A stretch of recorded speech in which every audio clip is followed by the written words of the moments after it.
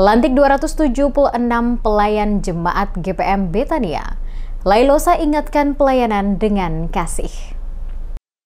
Sebanyak 276 pelayan jemaat di lingkup Gereja Protestan Maluku GPM Betania, Klasis Kota Ambon, resmi dilantik pada Minggu 9 Februari. Prosesi pelantikan diawali dengan pembacaan surat keputusan di hadapan seluruh jemaat. Pelantikan ini dipimpin oleh Ketua Majelis Jemaat GPM Betania, Pendeta Fani Lailosa, menandai awal perjalanan pelayanan bagi umat di Jemaat GPM Betania untuk periode 2025 hingga 2030.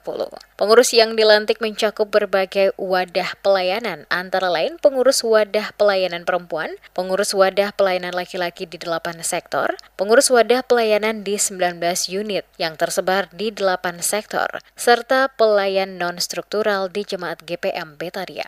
Dalam sambutannya, Pendeta Fani Lailosa menekankan pentingnya melayani dengan kasih dan kerendahan hati, yang mengingatkan bahwa Allah Roh Kudus mencurahkan karunia ilahi kepada umatnya demi terwujudnya kerajaan Allah di muka bumi. Menurutnya, kasih dan kerendahan hati merupakan aspek penting dalam karya pelayanan. Roh Kudus mengajarkan umat Allah untuk memiliki respons yang baik dan benar kepada orang lain yang dilayani. Ia mengingatkan bahwa tanpa kasih dan kerendahan hati, seseorang dapat menjadi congkak dan melayani berdasarkan kepentingan pribadi. Sikap seperti itu dinilai sebagai tindakan tercela karena hanya Allah yang layak menerima kemuliaan dan kehormatan. Lailosa juga mengilustrasikan prinsip pelayanan Rasul Paulus di Jemaat Korintus yang menekankan kemurahan hati, tidak hanya dalam aspek materi, tetapi juga dalam sikap penuh kasih dan dedikasi kepada Allah dan sesama. Ia berharap para pelayan yang baru dilantik menjadi teladan bagi jemaat serta mengingatkan mereka akan kasih Kristus sebagai contoh utama pelayanan sejati. Ia mengingatkan bahwa tanpa kasih dan kerendahan hati, seseorang dapat menjadi congkak dan melayani berdasarkan kepentingan pribadi.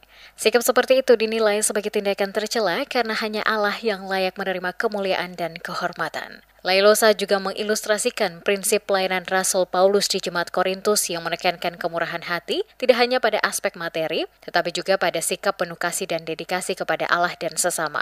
Ia berharap para pelayan yang baru dilantik menjadi teladan bagi jemaat, serta mengingatkan mereka akan kasih Kristus sebagai contoh utama pelayanan sejati. Selain itu, ia menegaskan pentingnya membangun persatuan di antara umat percaya. Kasih menurutnya adalah fondasi utama dalam persatuan gereja. Dalam pelayanan yang dilakukan dengan kasih bukan hanya pelayanan yang mendapat manfaat, tetapi juga mereka yang dilayani. Kami bersyukur sebab dengan adanya pelantikan ini itu berarti seluruh proses-proses pelayanan yang akan berlangsung ke depan dapat ditata dengan segala baik dan juga dapat berjalan sesuai dengan yang diharapkan. Dan karena itu maka harapan saya sebagai pimpinan jemaat, kiranya lewat pelantikan saudara-saudara kekasih, maka kesiapan dan kesediaan diri untuk melayani dapat dilakukan dengan baik supaya pengembangan pelayanan di jemaat ini dapat berjalan dengan baik demi dan untuk kemuliaan Tuhan. Itu harapan kami.